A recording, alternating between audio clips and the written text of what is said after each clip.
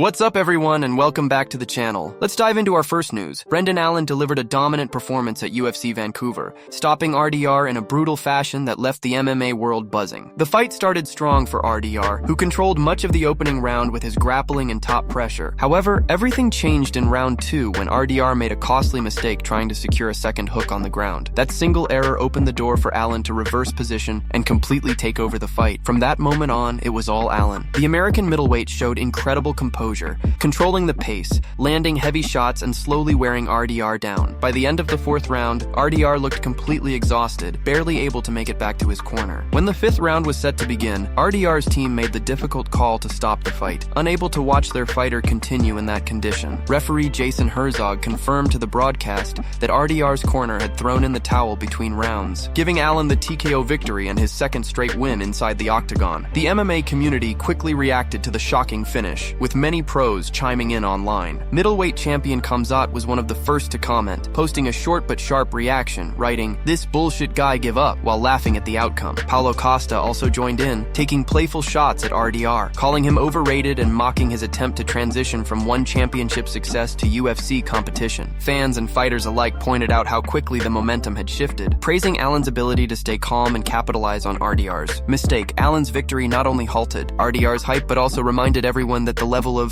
competition inside the UFC is on a different level. Many analysts noted how Allen's well-rounded skill set, particularly his ground control and endurance, made the difference. Even though RDR had moments of brilliance early, he couldn't keep up once the tide turned. For RDR, it's a tough loss that exposes gaps in his cardio and defensive grappling against high-level opposition. For Allen, this win solidifies his position among the division's top contenders, showing that he's ready to face anyone next. Meanwhile, Khamzat's and Costa's reactions only added fuel to the fire, keeping RDR's name trending for all the wrong reasons. What was meant to be a statement fight for the former 2-division champion turned into a showcase for Brendan Allen's dominance and composure inside the cage. And before we continue, make sure to leave a like on the video and subscribe to help support the channel. Moving on to another news, Anthony Hernandez has finally responded to Sean Strickland's recent call-out. After being forced to withdraw from his UFC Vancouver main event against RDR due to injury, Hernandez is eager to get back inside the octagon. Riding an impressive 8-fight winning streak, many believed a dominant win over RDR could have earned him a title shot. However, things took an interesting turn when Strickland publicly called him out, throwing some playful jabs at Hernandez's wrestling-heavy approach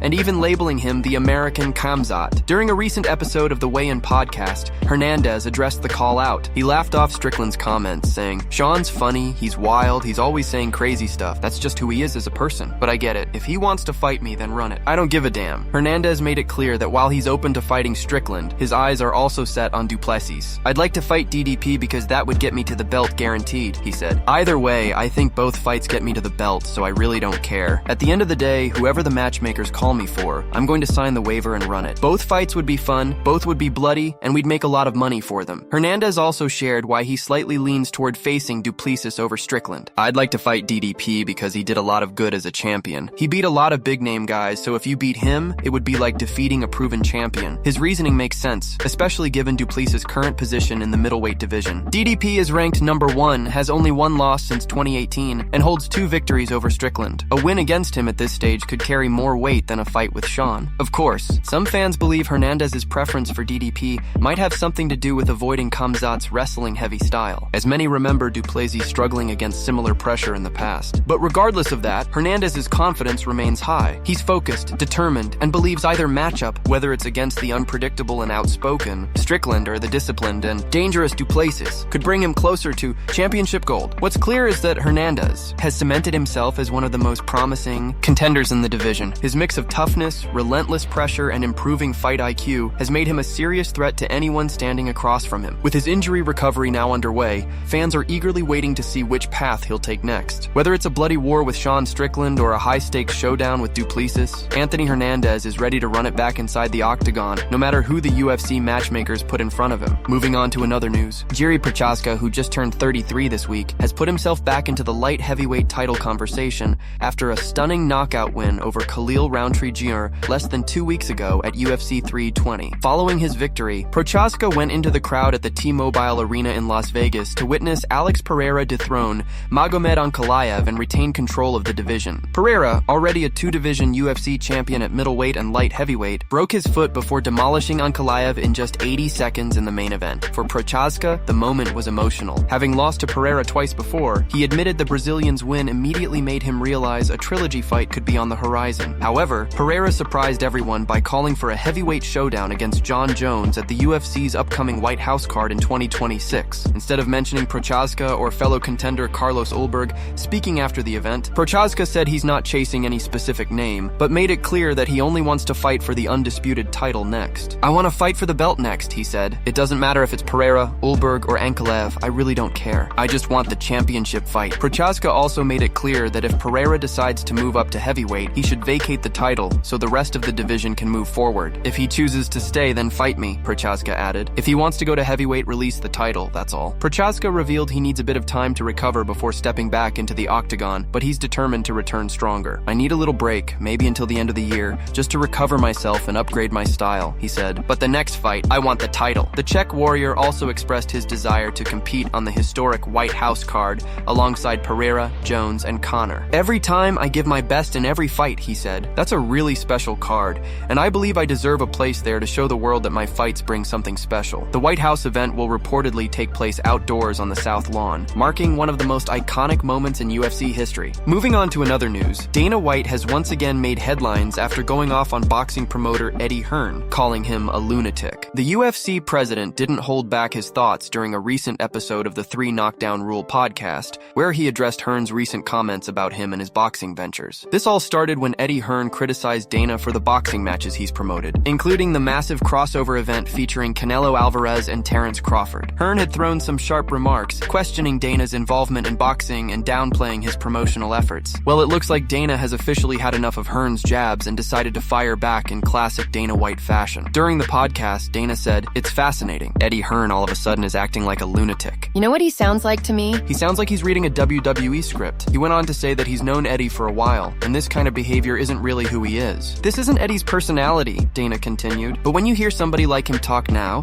it reminds me of a career politician. He's running for election, talking about all the things he's going to do, saying we're going to change this and we're going to fix that. Where were you the last 20 years? You didn't do any of it." Dana didn't stop there. He mocked Hearn's sudden ambition to change boxing, pointing out that people like him never had that kind of vision before. "All of a sudden now Eddie's going to fix boxing, compete with me, and do all this other stuff," Dana said with a laugh. "I don't even think about those guys, what they're doing, or how they're doing it." He then referenced a recent claim from Hearn, saying, "Eddie Hearn's like, he didn't come up with this fight. He didn't create Canelo." Yeah, no kidding, Sherlock. "Where have you ever seen me saying I came up with Canelo Crawford or that it was my idea?" Dana accused Hearn of exaggerating and acting out a scripted feud. "Somebody's writing him a WWE script and he just sounds ridiculous," Dana added. "You're not going to do jack." Dana's fiery response reminded everyone why he's one of the most outspoken figures in combat sports. Whether it's defending his promotion or taking shots at boxing critics, he never holds back. His comments clearly show that he doesn't take Eddie Hearn's claims seriously and isn't losing sleep over the boxing promoter's ambitions. For Dana, it's business as usual, and he's made it very clear that no one, not even a top boxing promoter, is going to rattle him or slow down what he's built. Moving on to another news, the MMA community is once again roasting Jon Jones after a bizarre clip of him fighting with Hasbulla surfaced online. The video, which quickly went viral, shows Jon sitting on a couch as Hasbulla covers his face with a pillow while laughing and pretending to choke him out. At first, it all seemed like harmless fun, just a lighthearted interaction between the two. But fans were quick to notice something strange after Jon's face was covered, and that's when the roasting began. In the footage, Jon appears to get a little too into the playful exchange, with fans claiming he looked a bit too excited. As the clip made rounds on social media, the comment sections exploded with jokes and memes targeting the UFC heavyweight champion. Fans accused Jon of getting bricked up during the moment, and the internet wasted no time clowning him for it. One user wrote, "The noises he was making were disgusting." Another added, "Why they got this dude Jon Jones bricked up like this?" Some fans even brought up Jon's past controversies, with one person saying, "This is the same guy who told Joe Rogan he failed a test because he had 2 pills. Now he's out here doing this?" Others joked about Hasbulla's quick reaction, saying, "I've never seen Hasbulla move so fast in my life. That brother was scared." The comments kept coming, with fans calling the clip one of the top 10 most ridiculous videos ever, and claiming that it gets worse every time Jon's in the headlines. A few users took the humor even further, writing things like, "Jon looked way too excited when Hasbulla put that pillow on his face," and "Bro looks like he likes it when men put things on his face." Others joked that Jon found a loophole, saying,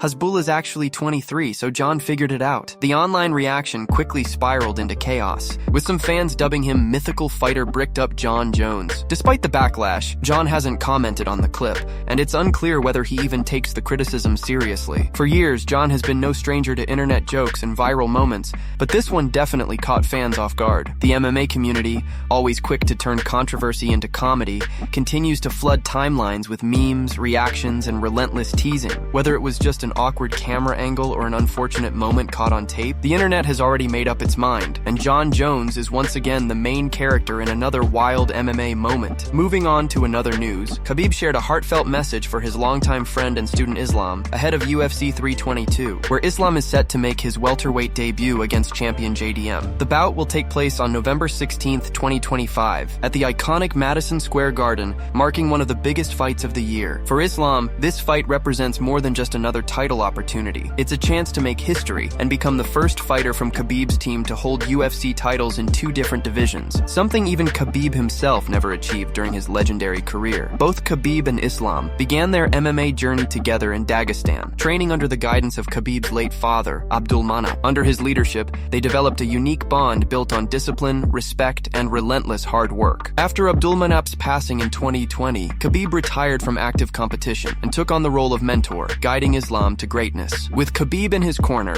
Islam captured the lightweight championship and rose to become the #1 pound-for-pound fighter in the UFC, continuing the legacy of Dagestan's dominance in the sport. Now, as Islam prepares to move up to welterweight, Khabib once again stands beside him, offering words of support and brotherhood. In a touching Instagram post, Khabib wrote, "Our entire journey has been side by side in the gym, always helping each other improve. Soon we will follow the path toward a second belt, and the hard work continues. 33 days until the historic fight in Madison Square Garden. See you all in New York. Islam Makhachev is ready." The post immediately went viral, with fans and fighters around the world applauding the deep connection between the two champions. Islam's move to welterweight came after he vacated his lightweight title in May, signaling a new chapter in his career. The decision followed Belal Muhammad's loss of the welterweight belt to JDM at UFC 315, which opened the door for Islam to step up and challenge for gold in a new weight class. Many believe this fight could cement his legacy as one of the greatest fighters of all time, capable of conquering 2 divisions, just like legends before him. With Khabib's guidance and years of shared experience behind him, Islam now stands on the brink of history, ready to chase greatness once again inside the octagon. Moving on to another news,